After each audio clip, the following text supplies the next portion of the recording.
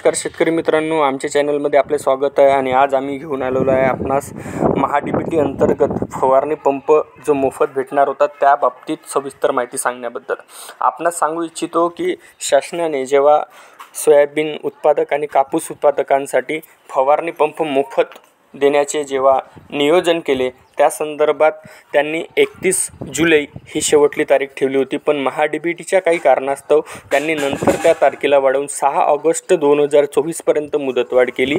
नंतर आणखी महाडीबीटीमध्ये प्रॉब्लेम आले, शेतकऱ्यांचे अर्ज स्वीकार झाले नाही, त्यासाठी आणखी 14 ऑगस्ट झाली, मग आणखी 26 ऑगस्ट झाली आणि आता सगळ्यात सरळ शेवटी 31 ऑगस्ट 2024 पर्यंत याची शेवटली तारीख ठेवण्यात आलेली आहे। मित्रांनो, याची काळजी घेणं खूप गरजेचं आहे आणि मी आपणास दाखवू इच्छित आहो की गव्हर्नमेंटने जो GR काढला आहे याच्यासाठी जो आपला बॅटरी पंप शेतकऱ्यांना मोफत देणार आहे, तर त्याची का बरं प्रत्येक वेळेस मुदतवाढ होत आहे? कारण या बाबतीत पहिली मुख्य गोष्ट जरी लक्षात घ्यायला गेली तर शेतकरी पाहिजे त्या प्रमाणात अर्ज झाले नाही। याचे कारण हेच की महाडीबीटीचे पोर्टल आहे, महाडीबीटीच्या पोर्टलवर साईट व्यवस्थित काम करत नसल्यामुळे तिथं शेतकऱ्यांचं अर्ज दाखल झाले नाही।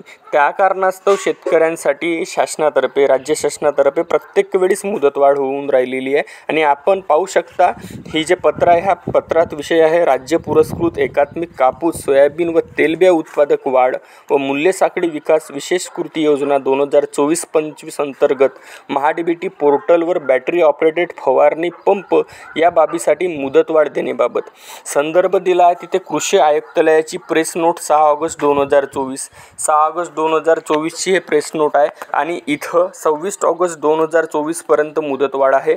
पण आता ही मुदतवाढ 31 ऑगस्ट 2024 पर्यंत करण्यात आली आहे। माझ्याकडे 31 ऑगस्ट 2024चं पत्र आलेलं नाही, पण कालच राज्य शासनाने आणखी जाहीर केलं, या विभागामार्फत कालच जाहीर झालं की 31 ऑगस्ट 2024 पर्यंत मुदतवाढ येणार आहे।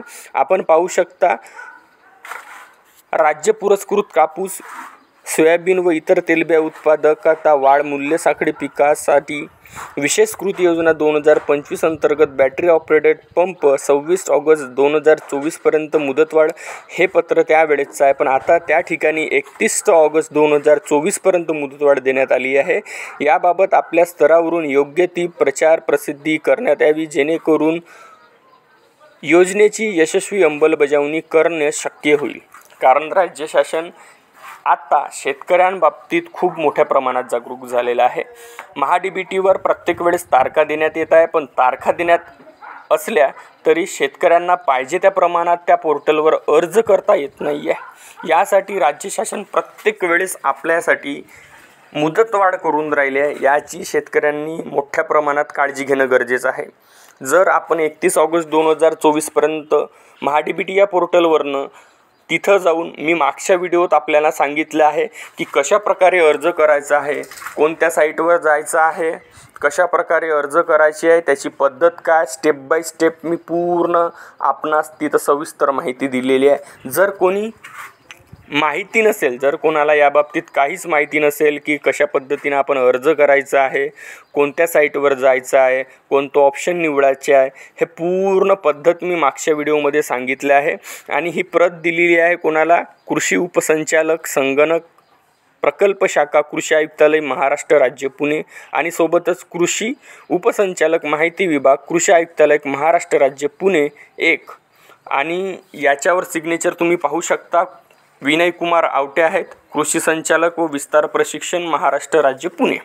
शेतकऱ्यांना आणखी आपणास एक विनंती आहे, आपल्यास जर माहिती नसेल तर मागच्या व्हिडिओत मी परिपूर्ण डिटेल सांगितलेली आहे, तिथं जाऊ शकता आणि तुम्ही परिपूर्ण माहिती पाहून आपली मुदतवाढ ज्या पद्धतीनं झाली आहे त्या पद्धतीनं आपण महाडीबीटीच्या पोर्टलवरनं अर्ज करून स्वतः एक बॅटरी ऑपरेटेड फवारणी पंप ऑनलाईन अर्ज करून मोफत मिळवू शकता। याची काळजी घेणं खूप गरजेचं आहे। जर आमचा व्हिडिओ आपल्यास आवडला असेल तर आमच्या चॅनलला लाईक शेअर सबस्क्राईब करायला विसरू नका। आणखी या महाडीबीटी पोर्टलच्या बाबतीत मला माहिती झालं तर मी आपणास नक्की कळवेल। धन्यवाद।